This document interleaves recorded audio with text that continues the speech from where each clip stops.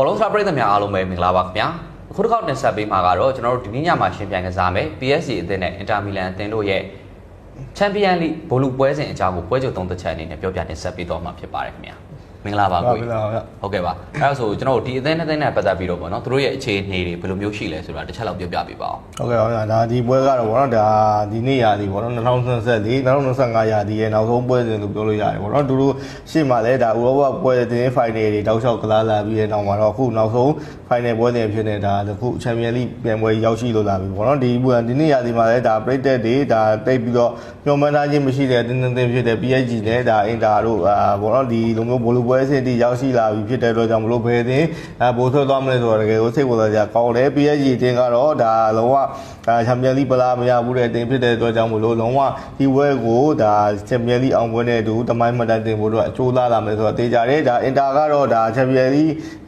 ိဖလားတွေပိုင်ဆိုင်ပြီးသားဖြစ်တယ်ပြီးတော့လည်းဒါဘောတော့သူရဲ့ဒီပြိုင်ပွဲမှာအတွေ့အကြုံရင်းနေအတင်းတင်းဖြစ်တာကြောင့်မလို့သူရဲ့တပါအားနဲ့သူပဲဒီပြိုင်ပွဲကိုဒီပြိုင်ပွဲမှာဘောတော့သူဖလားစုပူဖို့ကြိုးစားလာမှာဖြစ်တယ်ဘောနော်ဒါ PSG ကတော့အားလုံးသိကြတဲ့အတိုင်းပဲဒါလီဂူ1ကိုစောစောစီစီရသွားပြီးတဲ့နောက်မှာအခုဒါချန်ပီယံလိကိုအေးဆေးဆေးပဲအားထည့်ပြီးတော့ရှင်ပြိုင်လာခဲ့တာအခြေပါအခု final ထိရောက်လာပြီပြီးခဲ့တဲ့ဘက်ကဒါပြည့်တဲ့ရှုံးထွက်ဖလားပွဲတွေမှာလည်းဒါ race ကိုအနိုင်ယူပြီးတော့ဒါစူဖလားတစ်လုံးထပ်ပြီးတော့ရထားတယ်ဆိုတော့တို့ဒီနေ့ဒါစိတ်အားသက်ကြွနေပြီးတော့ဘောနော်ဒီပွဲတော့လောကတက်ကြောနဲ့ကစားလာမယ်ဒါယုံကြည်မှုအပြည့်နဲ့ကစားလာမယ်ဆိုတော့တေးကြတယ်တစ်ဖက်က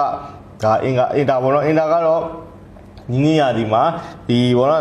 ်စီးချန်ပီယံဆုကိုဒါငါပိုလီထန်ဆွဲပြလိုက်ရတယ်သူတို့အနေနဲ့ဒီရမှတ်လေးတစ်ခုနဲ့ဒါတမတ်နဲ့ဒါကတ်ပြီးတော့ရှုံးသွားတဲ့ဒေသမှာဒီဘောနော်စီးတီဖလားနဲ့လွဲချော်ခဲ့တယ်အခုဒါချန်ပီယံလိဖလားကိုလုံးဝအာရုံစိုက်ပြီးတော့ကစားလာမယ့်ဒေသမှာဘယ်လိုမျိုးဖြစ်မလဲဆိုတာတစ်ချက်စောင့်ကြည့်ရမယ်ဒါအထူးသဖြင့်ဒီဘောနော်နီးပြအင်ဒရီရဲ့ဒါ PSG တင်ဘောနော် PSG တင်ကတော့တကယ်ကိုလူငယ်တွေနဲ့ဖွဲ့စည်းထားတဲ့အတင်းဆိုပေမဲ့တကယ်ကိုဒါနောက်လျှောက်ဆိုလို့ဘောနော် Premier League ပြိုင်ဘက်တွေကိုတောက်လျှောက်ဆိုလို့ဖြစ်တန်းကြော်ဖြတ်ပြပြီးတော့လုံးဝအခုဘောလူဝဲစင်စီကိုထက်တက်တက်ရောက်လာတာဖြစ်တယ်တစ်ဖက်ကဒါအင်တာကိုကြည့်မယ်ဆိုလို့အင်တာကလည်းဂျားထဲမှာဒီတကယ်ကိုARG တင်းတွေဖြစ်ARG တင်းကိုကြော်ဖြတ်လာခဲ့တယ်လို့ဘောနော် semi final မှာလည်းဒါဘာစီလိုနာကိုလုံးဝအကျိတ်နဲ့ဒါရက်လက်တွေနဲ့သူတွင်းကိုအများပြားနဲ့ဒါနိုင်ယူပြီးတော့ဒီဘောနော်ဒီစင်ကိုတက်ရောက်လာတာဖြစ်တယ်ဘောနော်ဒါကြောင့်မလို့ဘယ်အတင်းမဲ့ရတကယ်ကိုထိုက်တန်နဲ့ဒီဘောနော်ဒီချန်ပီယံလို့ပြောလို့ရတယ်ဗောနော်ဒါကြောင့်မလို့ဒီပွဲစဉ်မှာတော့ဒါနှစ်သိန်းလောက်ကျိတ်နေကစားလာမယ်အတွက်ကြောင့်မလို့တကယ်ပွဲကြီးပွဲကောင်းဖြစ်လာနိုင်ပါပြီဗျဟုတ်ကဲ့ပါကိုယ်အဲ့ဆိုရင်ကျွန်တော်ဒီသင်းနဲ့သင်းနဲ့ပတ်သက်ပြီးတော့ဗောနော်သူတို့ရဲ့တန်ရာရအခြေအနေတွေကဘယ်လိုမျိုးရှိလဲမသိဘူးတန်ရာအခြေအနေမှာကတော့ဒါ PSG မှာတိတ်မရှိဘူးဗောနော်နောက်ခံလူကင်ပန်ပီတယောက်တော့ပဲဒါပေါ့လွဲမယ်အနေထားဗောနော်ကင်ပန်ပီဆိုတာကလည်းအမြဲတမ်းဒါတန်ရာရနေဘာမှဖြစ်လို့ PSG ဆိုဘာမှဒါစကိုက်တင်လာလာမျိုးမရှိဘူးဒါရှစ်ပွဲတင်နေတော့အတိုင်းပဲတကယ်ကိုတကယ်ဒါဖောင်မိနေတဲ့လူချင်းတွေပဲဆက်လက်ပြီးတော့ပေါ်ထွက်လာဖို့များတယ်တစ်ဖက်က Inter ဗောနော် Inter မှာကတော့ဒါခါပိုနီကတော့ကျင်းကျော်လွဲမဲ့အနေထားပြီးတော့ဒါပါဘတ်ဇီလင်းစကီဘေးဆက်ဗောနော်ဒီစကားမကြီးကတော့ဒါမတိကြတဲ့အနေထားမှာရှိတယ်ဗောနော်ဒီရာကိုကြည့်မယ်ဆိုရင်ခန်းစစ်ပိုင်းမှာတော့နေငယ်အားနေမှုဖြစ်လာနိုင်တယ်ဆိုပေမဲ့ဒါအင်ဇာဂီနင်းတွေကလည်းဒါဒီအမြဲတမ်းလိုဒါခန်းစစ်ကိုကြည့်လိုက်အောင်ဒီဆောက်ပြီးတော့ဒါတမတက်စစ်တွေလည်းပြန်ပြီးတော့ဒါဒီထုံးတက်တဲ့နီးပြဖြစ်တဲ့အတွက်ကြောင့်မို့လို့ဒီပွဲစဉ်မှာလည်းဒါခန်းစစ်ကိုအဓိကအထိုင်ထပြီးတော့ဘောနော်ဆက်လက်ပြီးတော့ကစားလာနိုင်တယ်အထူးသဖြင့်ဒါတိုက်စစ်ကမာတိုဒီဘောနော်ဒီမာတီနက်တို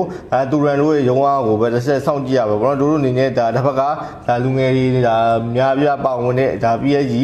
ခန်းစစ်ကိုကြော်ဖြတ်နိုင်မလားဆိုတစ်ချက်စောင့်ကြည့်ရမှာဗျဟုတ်ကဲ့ပါကိုအဲ့ဒါဆိုရင်ကျွန်တော်ဒီသင်းနဲ့ပတ်သက်ပြီးတော့ဘောနော်သူတို့နဲ့ဒီပတ်သက်တဲ့တခြားထူးခြားချက်တွေဘာတွေများရှိအောင်လဲမသိဘူးထူးခြားချက်အနေနဲ့ကတော့ဗောနော်ဒါအင်တာမီလန်ဆိုတာကဒါဒီနေ့ရဒီဗောနော်ဒါလီဂျီငါလီမှာအသက်အကြီးဆုံးအသင်းဖြစ်တယ်ဗောနော်ဒါပြန်အသက်29.4နှစ်နဲ့တူပဲဒါအသက်ကြီးဆုံးအသင်းပြေမှတ်တမ်းဝင်ထားတယ်တစ်ဖက်က PSG ကတော့ပြောင်းပြန်နေထားဗောနော်ဒီ PSG ကဒီအသက်ငယ်ဆုံးအသင်းမှာစတုတ္ထနေရာရရှိခဲ့တယ်ဗောနော်ဒါပြန်အသက်ကတော့ဒါ24.4နှစ်ပဲရှိတယ်သူတို့ဒါလူချင်းကိုကြည့်လိုက်မယ်ဆိုရင်လည်းဒါဒိုနာရမာတို့ဒီဗောနော်တိုက်စစ်ကဒမ်ဘီလီတို့ဗောနော်ဒီနောက်ခန့်လူမာကွင်ဟိုတိုကလွယ်ရင်ကျန်တဲ့ကစားသမားတွေကလူငယ်တွေဖြစ်တဲ့အတွက်ကြောင့်မလို့တကယ်ဟိုဒါစိတ်အားဒီဘောနော်တက်ကြွစရာလာရှိမယ်ဆိုရင်တကယ်ကိုဒီပြပြထန်ထန်ကစားနိုင်တဲ့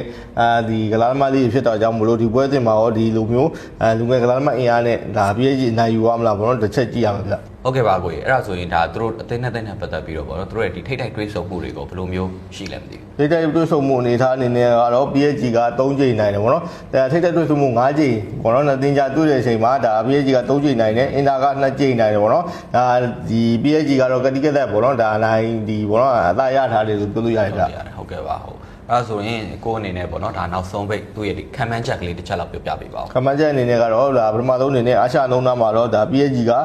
level 45ကနေပြီးတော့ level 50ဖြစ်လာတယ်။ဟိုဘောင်းကတော့နှစ်နောက်90နဲ့နှစ်နောက်85ဆိုတော့နည်းငယ်လေးကျလာတယ်ဘောနော်ဒီလိုအနေထားမှာဒီဘောနော်ဒီဘောနော်နှစ်တင်းလုံးဒါပြန်လည်ဒါထိုးပေါက်မှုတွေရှိလာနိုင်တယ်ဒါပေမဲ့တခုရှိတာကဘောနော်ဒါ PSG အနေနဲ့ဒီရှေ့ချောက်ဒါဒီပြီးခဲ့တဲ့ပွဲစဉ်တွေမှာနောက်လျှောက်ကစားခဲ့တဲ့အနေထားမှာတူတင်ကူတွေဒါရှင်ကန်တဲ့အသင်းတွေများခဲ့တယ်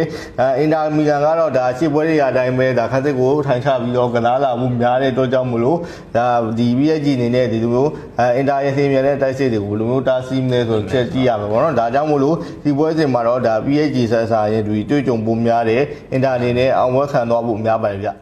ဘောလုံးစတာဝန်ဆောင်မှုကိုရယူခြင်းနဲ့ဆိုရင်တော့ *2525 *3# ကိုခေါ်ဆိုပြီးတော့ဝန်ဆောင်မှုကိုရယူနိုင်ပါတယ်။ဒါအပြင် Google Play Store နဲ့ Apple Store တို့ကနေလည်းဘောလုံး Star application ကို download လုပ်ပြီးဝန်ဆောင်မှုကိုရယူနိုင်ပါပြီ။